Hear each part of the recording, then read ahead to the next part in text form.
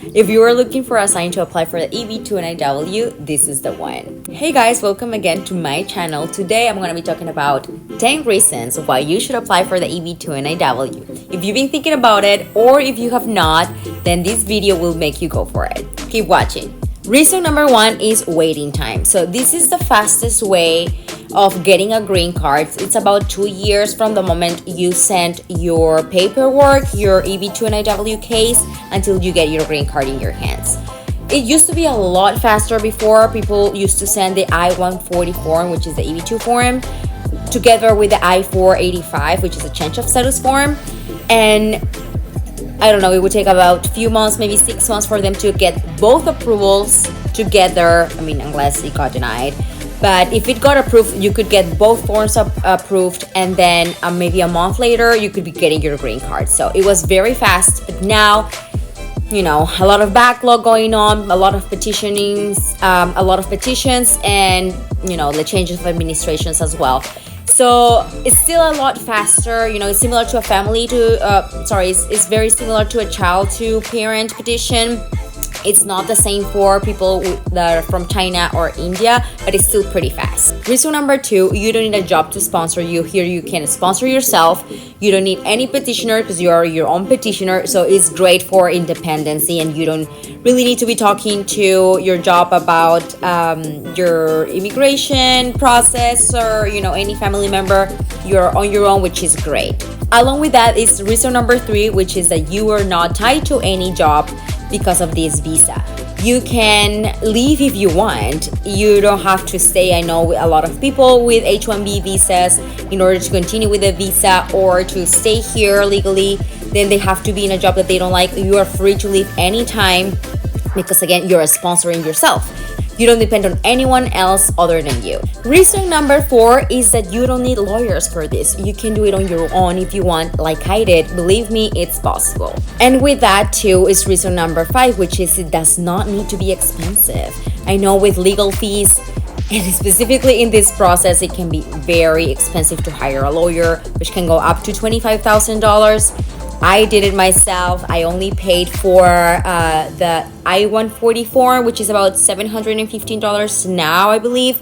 And now there's also an asylum form that is about $300. But other than that, you don't have to pay for any other like thousands of dollars in lawyers, which is great. It does not need to be expensive, like other people say, because they hire lawyers. Now, reason number 6 is also that you can accelerate getting an answer from USCIS for the EB2. Specifically, you have the option to pay additional $2,800, I think it's now the express option, which is that you can accelerate getting the answer. That is usually you're getting an answer within a year when you don't pay for this option, but when you do, you can have an answer within 15 to 45 days. It's all over the internet that you should be getting an answer within 15 days, but I paid for the process, and when I got the email, they said in the email that it was going to be up to 45. So now I say that it's between 50 to 45 because maybe in your email, when you pay this, you might get the same answer. And I got my answer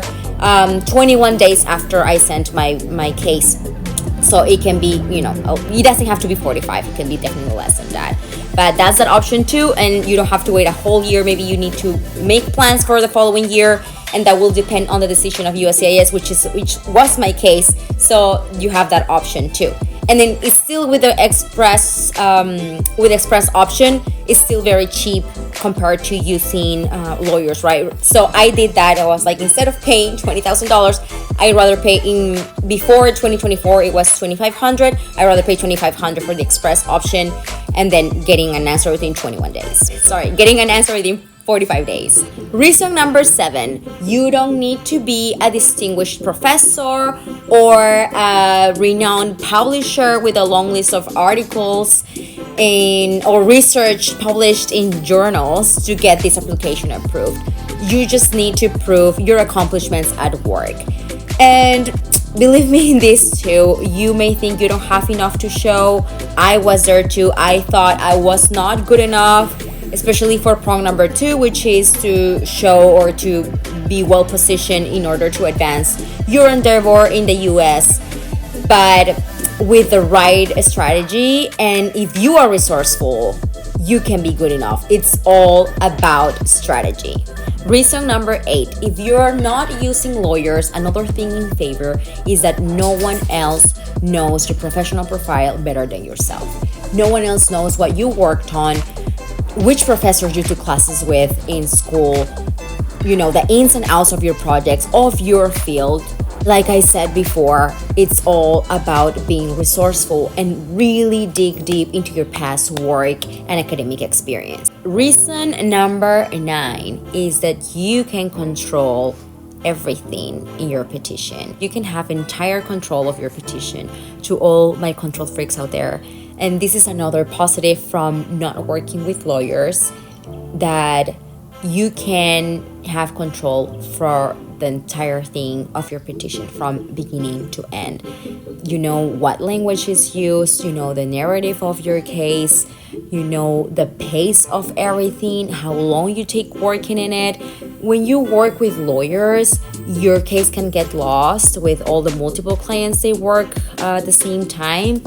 And that's why I prefer working on my own. So this is a great way to manage your own timeline, and when you send the application, it's completely up to you. For me, in my case, I remember I reached out to a lot of lawyers, and most of them told me that I should wait 6 months, while some of the projects I was working on started showing more results and also started taking more shape too.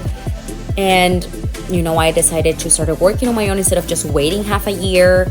I decided to just work on it, and by the 6 months after, maybe the lawyers could pick it up wherever I left it off.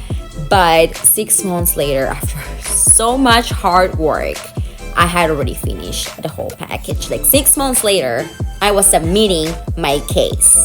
So it's a lot faster if you do it on your own compared to lawyers. I know some lawyers take, I've heard of like 2-3 months, sure, but a lot of people think that it's not gonna take work when you do it with lawyers, and that's not true. My sister, in comparison, I told her that she wanted to apply for the EB2, and I told her that she should do it on her own, and I was gonna help her.